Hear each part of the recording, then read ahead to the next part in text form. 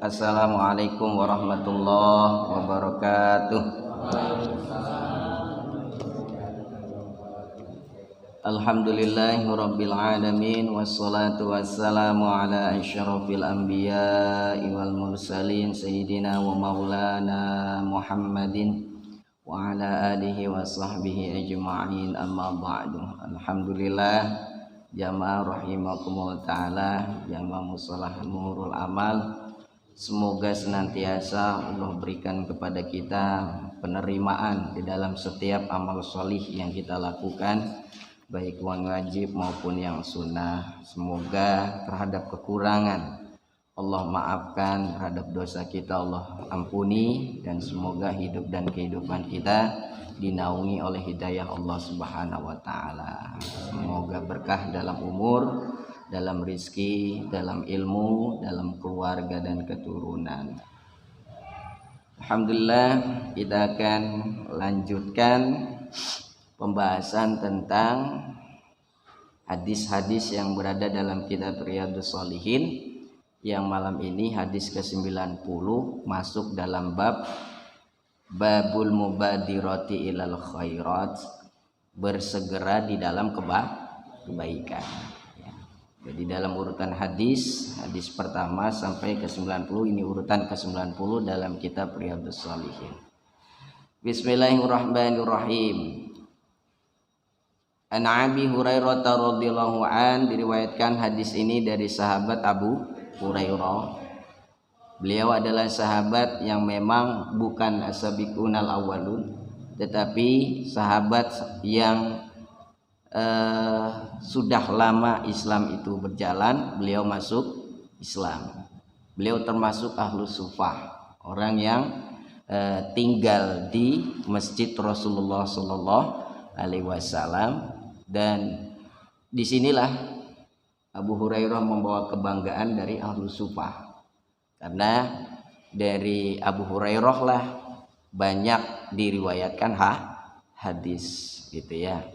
Mengapa Abu Hurairah yang keislamannya kalau dibandingkan beberapa sahabat pembesar itu dalam periwayatan hadis lebih banyak?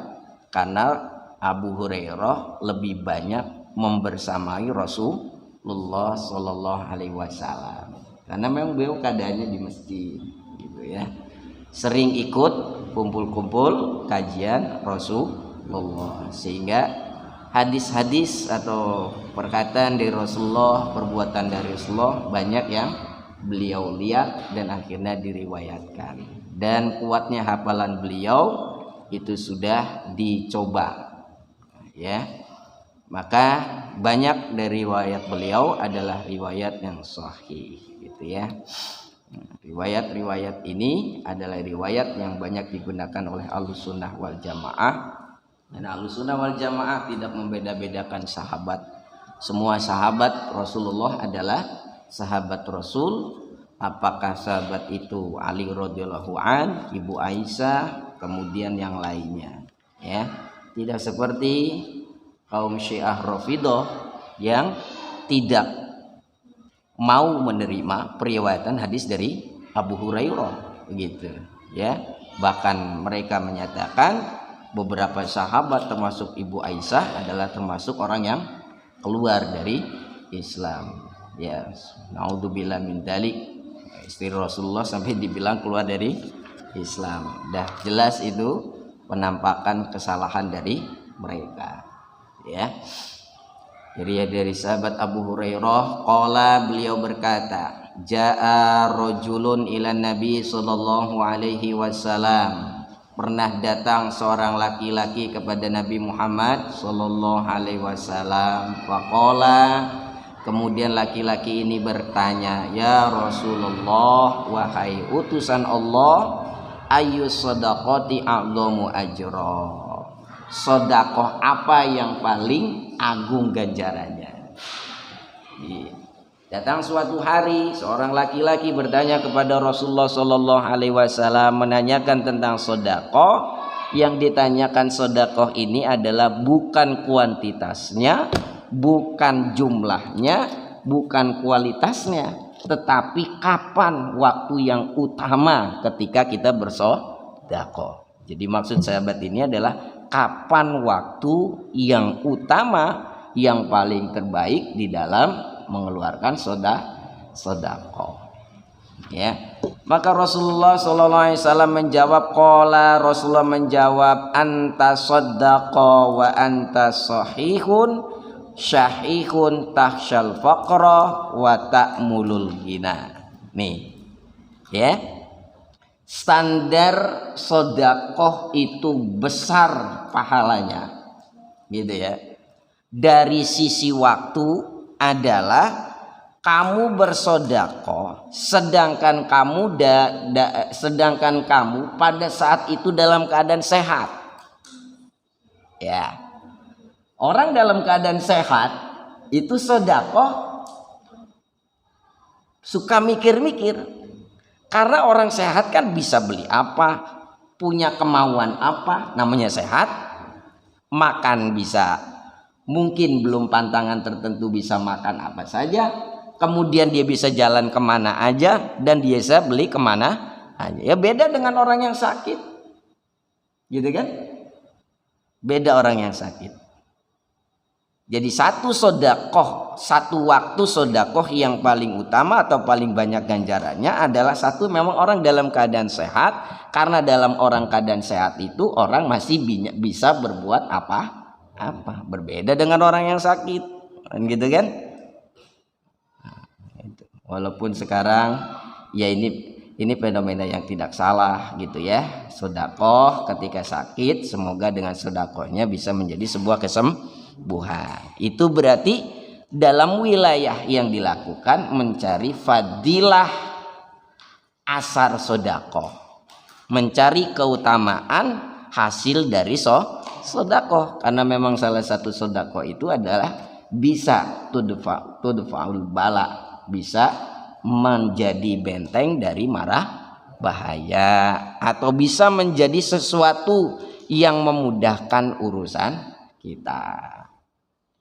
Tapi kalau dilihat konteksnya, sedekah dalam keadaan sehat sama sakit pasti jelas lebih besaran sehat. Karena pada saat itu logika manusia lagi pengen macam-macam, lagi sehat, jalan kemana-mana bisa, begitu kan? Makan apa saja bisa, begitu, dalam keadaan sehat. Jadi satu kondisi yang menjadikan sedekah kita pahalanya besar di hadapan oleh Allah adalah satu dalam keadaan sehat. Yang kedua syahihun itu artinya dalam keadaan pelit, mau ngeluarin mikir kan gitu ya. Mau ngeluarin mikir. Kenapa? Orang masih banyak kepengenan. Kalau saya keluarin duit segini, lah sayang nanti bisa kebeli ini, kan gitu kan? Kalau saya infakin sebesar ini, sayang besok masih pengen beli ini, kan begitu. Kalau saya keluarin segini, besok masih ada rencana ini, kan begitu. Kadang-kadang sedekah adalah sedekah yang sisa dari makan-makan kita, sisa dari jalan-jalan kita, sisa dari jalan-jalan keluarga kita. Ada lebihan baru sedekah. Diterima nggak sedekahnya? Iya diterima, tetap sedekahnya tetap diterima. Tetapi di dalam hal ini adalah dilihat dari ganjarannya atau pahalanya. Beda pahalanya. Satu, kita lagi sehat. Dua, lagi perasaan pelit bahasa kita memikir-mikir gitu loh. Mau sedekah mikir-mikir pelit kan? Gitu. Kalau dalam orang-orang soleh mengatakan dalam beribadah kepada Allah jangan hitung-hitungan lah, begitu lah. Jangan hitungan. Kalau kamu lebih mengutamakan cinta kamu kepada Allah Subhanahu wa taala, ya pasti beda apa saja bisa dikeluarkan. Suatu saat orang soleh pernah ditanya, apakah saya lebih pantas umroh dulu atau haji dulu? Kan gitu kan ya.